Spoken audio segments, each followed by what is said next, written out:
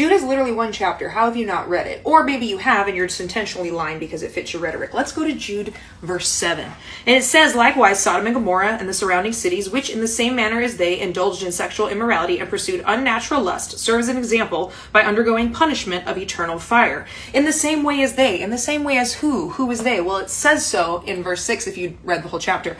And the angels who did not keep their positions of authority, but abandoned their own home, these he has kept in darkness, bound with everlasting chains for judgment on the great day. What is he talking about? He is talking about Genesis chapter 6, verse 2, where the angels of the Lord come down and have sex with and mate with women, children of men, and create a race of giants called the Nephilim. The sons of God saw that the daughters of men were beautiful. They married any one of them they chose. And the Lord said, my spirit will not contend with man forever, for he is mortal. His days will be 120 years. And the Nephilim, the giants, were on earth in those days. And afterward, when the sons of God went to the daughters of men and had children by them, they were the heroes of old, men of renown. But Jude is specifically quoting from the book of First Enoch. Now, Enoch didn't make it into our Bible, but it was Second Temple Jewish literature that would have been read and widely believed from the 3rd century BCE to the 1st century BCE, including influencing the writer of Jude. In fact, Jude 14 and 15 directly quotes from Enoch 1:9. So in chapter 6 of First Enoch, it says, and it came to pass when the children of men had multiplied in those days, born unto them beautiful and comely daughters. And the angels, the children of heaven,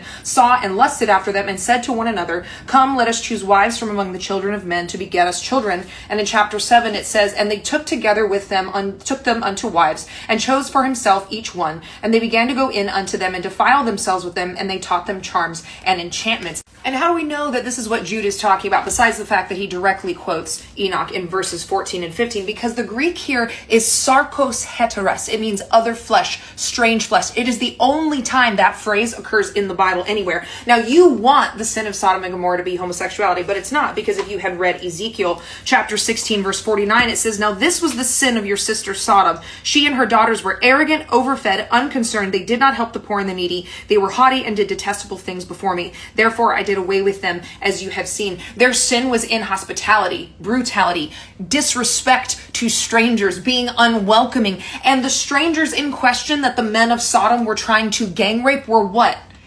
Angels of the Lord.